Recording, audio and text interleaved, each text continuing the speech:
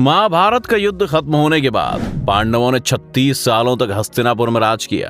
पांडवों के राज के दौरान ही श्री कृष्ण और बलराम ने अपने शरीर का त्याग कर दिया था।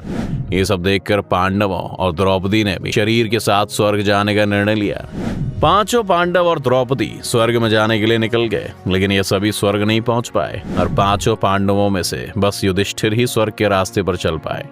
महाभारत युद्ध में विजय प्राप्त करने के बाद पांडवों ने 36 वर्षों तक हस्तिनापुर पर राज किया। उसके पश्चात कई प्रकार की भयानक अपशकुन घटनाएं घटने लगी। भगवान कृष्ण को गांधारी के द्वारा और उनके पुत्र शांब को ऋषियों से मिले श्राप के कारण यदुवंशी आपस में लड़कर समाप्त हो गए। फिर बलराम ने समाधि धारण कर अपने प्राण त्याग दिए। उसके बाद एक शिकारी द्वारा चलाए गए बाण से श्री कृष्ण ने भी देह त्याग दी। उधर इस बात की सूचना जब पांडवों को मिली तो उन्होंने भी द्रौपदी सहित परलोक जाने का निश्चय किया। ये हम पांडवों का जिक्र है जो देखते हैं, पुराणों में भी देखते हैं और कहा जाता है कि पांडव स्वर्ग के रास्ते से गए। कि ये एक भीमशिला है जिसे उठा करके स्वयं भीम ने रखा था। आप जैसे कि देख पा रहे हैं कि आज भी वो शिला किस तरीके से आज रखी हुई है। हम स्वर्गारोहण द्वार पे खड़े हैं और यहाँ पर एक बहुत ही अच्छा ज्ञान रखने वाले हमारे साथ में मौजूद हैं शैलेश कुमार, तो उनसे यहाँ के विषय में सारी जानकारी करते हैं। सर ये बताएं कि यहाँ पर क्या महत्व है और ऐतिहासिक महत्व के विषय में बताते हुए पांडव किस लिए गए, क्या कारण और उससे जुड़ी जो भी कथाएं हैं सारी चीजें आप बताएं। द्वापर युग के अंत में पांडवों ने 12,000 साल राज किया। उसके बाद जब उन्होंने अपने वनाप्रस्थ स्टार्ट किया तो लगा कि अब उनका जीवन जो धरती पे उनका उद्देश्य था वो खत्म हो गया। तो वो सत्य की तलाश में स्वर्ग द्वार के लिए उन्होंने प्रस्थान किया। मतलब हम लोग चलने वाले हैं एक छोटी सी यात्रा पे जिसको हम बोलते हैं स्वर्गारोहण की यात्रा। लेकिन इससे पहले कि हम यात्रा का आरंभ करें, चलिए माँ मंदाकिनी को प्रणाम करके हमका आशीर्वाद दे। माँ मंदाकिनी साक्षी है जब पांडवों ने इस यात्रा का प्रारंभ किया।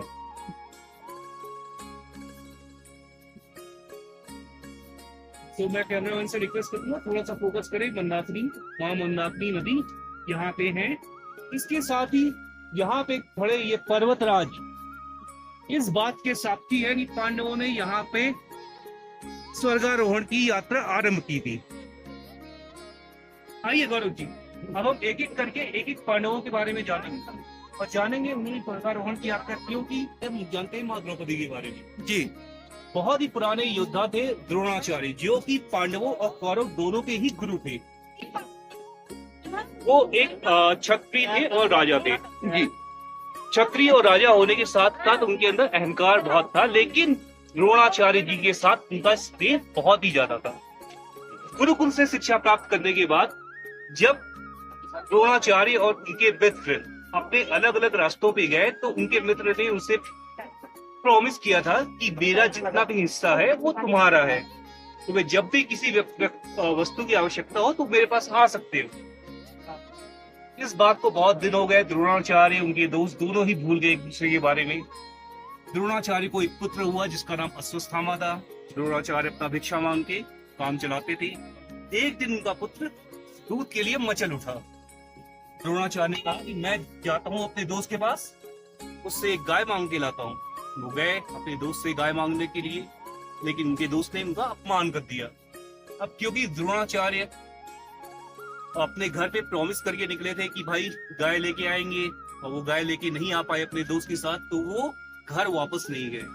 वो गए, उन्होंने कौरव और पांडवों दोनों को शिक्षा दी और फिर पांडवों से गुरु दक्षिणा के रूप में अपने दोस्त का आधा राज्य मांग लिया। अब यहाँ से शुरू होती है द्रौपदी की कहानी। पांडवों से हारने के बाद आह्वान किया, उन्होंने प्रण लिया था कि द्रोणाचार्य की हत्या करेंगे। उनको एक ऐसा पुत्र चाहिए था जो द्रोणाचार्य की हत्या कर सके। इसके लिए उन्होंने एक यज्ञ का आह्वान किया। यज्ञ जब संपन्न होने वाला था, उस समय जब आखिरी आहुति जाने वाली थी, तो ऋषि ने राजा ध्रुपद और उनकी पत्नी को बुलाया, लेकिन उनकी पत्नी उस समय स्नान करने गई हुई थी।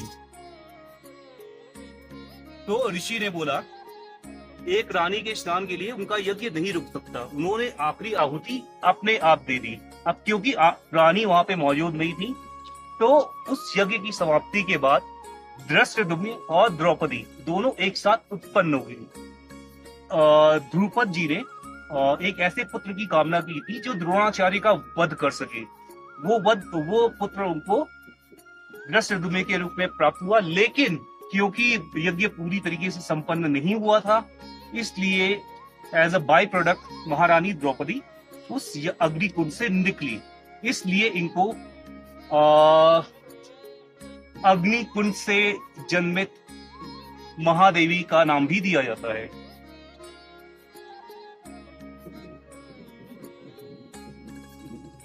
मां द्रौपदी के दूसरे पुत्र नकुल जी के बारे में कहा जाता है कि ये बहुत ही ज्यादा सहनशील थे। इनसे ज्यादा सहनशील और इनसे ज्यादा घोड़ों और तलवारों का ज्ञान किसी को नहीं पता था। इनको इस बात का थोड़ा सा अहंकार सा हो गया था। इसी अहंकार के कारण ये स्वर्ग की प्राप्ति नहीं कर पाए और स्वर्गारोहण के मार्ग में पर्वत से गिरने के बाद इनकी मृत्यु हुई। कुंती के सबसे छोटे पुत्र और भगवान इंद्र की कृपा से प्राप्त अर्जुन 10 नामों से प्रसिद्ध है। इनके कुछ नाम हैं श्वेतांबर, पार्थ, अर्जुन, ये कुछ इनके नाम हैं। अर्जुन दुनिया के सबसे बड़े धनुर्धारी थे। इनके पास लगभग सभी दिव्य शक्तियां थी। ये चाहते तो मात्र एक दिव्य शक्ति से सारे युद्ध को समाप्त कर सकते थे, लेकिन क्योंकि ये धर्म के मार्ग पे थे, इसलिए इन्होंने दिव्य शक्ति का आवाहन नहीं किया और अपने बाहुबल से कुरुक्षेत्र का युद्ध जीता। लेकिन इनको अपनी धनुर्विद्या पे बहुत ही ज्यादा अहंकार था। इनको ऐसा लगता था कि इनसे बड़ा धनुर्धर पूरी दुनिया में कोई नहीं है। अपने इस अहंकार और त्रुटि के कारण ये भी स्वर्ग की प्राप्ति नहीं कर पाए और मार्ग में पर्वत से फिसलने के बाद इनकी भी मृत्यु हुई। माता कुंती के तीसरे पुत्र और भगवान पवन की कृपा से प्राप्त भीम महाबली हनुमान जी के आधे भाई हैं, क्योंकि पवन पुत्र हनुमान भी हैं और पवन जी की कृपा से मां कुंती को भीम जी की प्राप्ति हुई थी। भीम जी के बारे में कहा जाता है कि इनके पास 10,000 हाथियों का बल था। ये दुनिया के सबसे बड़े गदाधर थे, लेकिन इस बात में कई लोग मेरी बातों से सहमत नहीं होंगे, क्योंकि बहुत सारे लोगों का कहना है कि दुर्योधन और श्री कृष्ण के भाई बलराम जी इनसे बड़े गदाधर थे। खैर मतलब बात जो भी थी, लेकिन ये बहुत ही ज्यादा बलशाली थे और कहा जाता है कि आदमी को अपने भाग्य से ज्यादा कभी नहीं लेना चाहिए। इनकी एक आदत थी, जब भी ये खाने बैठते थे, ये अपने सारे भाइयों का आधा खाना स्वयं खा जाते थे। तो इनकी दो त्रुटियों, एक तो अपने भाग्य से अधिक खाना खाने की वजह से, और दूसरा अपने बल के ऊपर जरूरत से ज्यादा अभिमान करने के कारण ये भी स्वर्ग तक सशरीर नहीं पहुंच पाए और स्वर्ग तक पहुंचने से पहले ही पर्वत से फिसल के इनकी भी मृत्यु हो गई। मां कुंती के दूसरे पुत्र और भगवान धर्मराज की कृपा से प्राप्त युधिष्ठिर पांडवों में सबसे बड़े थे। इनको कौन्तेय भी बोलते हैं, क्योंकि ये मां कुंती के पुत्र थे। ये धर्मराज थे, इन्होंने पूरा जीवन धर्म का पालन किया, लेकिन एक छोटी सी त्रुटि आदमी को कहां से कहां पहुंचा देती है, इसका सबसे बड़ा एग्जाम्पल भगवान युधिष्ठिर जी है।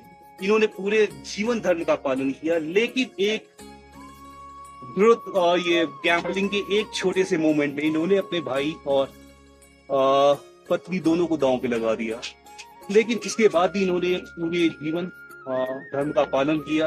अब गौरव जी आप देख रहे होंगे, ये स्वान ये यहाँ पे क्या मां माधवी के पुत्र सबसे छोटे पांडव सहदेव जी, ये ज्योतिष ज्ञान में बहुत ही पारंगत थे।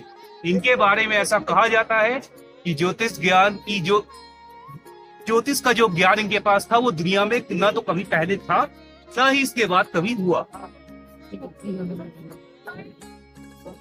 मां द्रौपदी, बहुत ही कम लोग जानते हैं कि मां द्रौपदी का जन्म नहीं हुआ था। मां द्रौपदी एक अग्निकुंड से उत्पन्न हुई थी। पूरे महाभारत में इनका कहीं भी जिक्र नहीं है, कहीं भी मतलब ऐसा नहीं है कि मतलब दुर्योधन ने या अर्जुन ने कभी किसी स्वान को या किसी भी डॉगी को पाला, तो फिर आखिर इनकी मूर्ति का रहस्य क्या है। तो ये बात है उस समय की जब युधिष्ठिर अकेले बचे हुए थे। उनके चारों भाई और उनकी पत्नियां पहाड़ों से गिर के स्वर्ग की प्राप्ति नहीं कर पाए। उनको रास्ते में एक स्वान मिलता है, जिसको हम आमतौर की भाषा में कुत्ता बोलते हैं। कुत्ता इनका साथी बन गया पूरे जीवन, मतलब पूरे रास्ते कुत्ता और युधिष्ठिर जी साथ साथ चल रहे थे। जब युधिष्ठिर स्वर्ग के द्वार पे पहुंचे तो धर्मराज स्वयं इनको लेने आए। बोले कि आपने पूरे जीवन धर्म का पालन किया है, आप मोस्ट वेलकम है हमारे स्वर्ग में। तो एक कुत्ते के साथ अंदर जाने लगे। धर्मराज ने बोला कि आप कुत्ते को अंदर नहीं ला सकते। युधिष्ठिर ने मना कर दिया, बोला कि नहीं, ये इस कुत्ते ने मेरा साथ दिया है इस पूरी यात्रा में, मैं जाऊंगा उसके साथ जाऊंगा वरना नहीं जाऊंगा। तो अल्टीमेटली मतलब लोगों ने बोला ठीक है, भगवान ने बोला ठीक है तुम स्वर्ग में मत आओ। युधिष्ठिर जी बिल्कुल उन्होंने मन बना लिया कि ठीक है कोई बात नहीं, अगर मैं इस कुत्ते के साथ स्वर्ग नहीं जा सकता तो मैं नहीं जाऊंगा। स्वर्ग के द्वार बंद हो गए। कुत्ते ने अचानक से रूप बदला और ये धर्मराज के रूप में प्रकट हुए। ये युधिष्ठिर की आखिरी परीक्षा थी और जिस परीक्षा को पास करने के बाद युधिष्ठिर ने सचरी स्वर्ग में एंट्री ली। इतने बड़े बड़े पहाड़ है, इतने दर्शनीय चीजें हैं, इसके बारे में हम और आप क्या बताएंगे? बहुत ही तुच्छ सा ज्ञान रखते हैं हम, लेकिन आपको ये बताते हैं। आपके पीछे जो दिख रहा है ये है भीमशिला। भीमशिला की खासियत ये है कि द्वापर युग की समाप्ति के समय, जिस समय पांडव स्वर्ग यात्रा के लिए जा रहे थे, इसी मार्ग से आए थे। ये जो आप पीछे पहाड़ देख रहे हैं, इसी जमाने में इसी मार्ग से पांचों पांडव और कुंती यहाँ पे आए। लेकिन आपकी जो एक्सपेक्ट करूंगा कैमरामैन से पीछे यहाँ पे बहुत ही बड़ी नदी बह रही है। तो इस नदी, उस चट्टान और इस चट्टान के बीच में ये भयानक नदी और ये खाई थी, जिसके कारण पांचों पांडव तो आराम से इस खाई को पार कर गए, लेकिन द्रौपदी फंस गई। तो द्रौपदी को इस खाई के इस पार से उस पार तक पहुंचाने के लिए महाशक्तिशाली भीम जी ने एक शिला उठाकर दोनों खाइयों के बीच में रख दिया। अगर आप ध्यान से देखें तो आज भी आपको उनके हाथों के निशान शिला पे दिखाई देंगे। और बाकी यहाँ पर कुछ स्वर्गारोहण द्वार वगैरह भी दिखाई देता है, वो थोड़ा सा उत्कृष्ट में बताएं। और यहाँ पर जो एक दर्शनीय स्थल है उत्तराखंड के अंतर्गत, वो थोड़ा सा बताएं। हाँ, तो जैसे ही पांचों पांडव और महारानी द्रौपदी ने बात किया, आप वहाँ पे देखें, अगर कैमरामैन वहाँ पे फोकस कर, वहाँ से हमारा स्वर्गारोहण आरंभ होता है। स्वर्गारोहण की कहानी इस प्रकार की है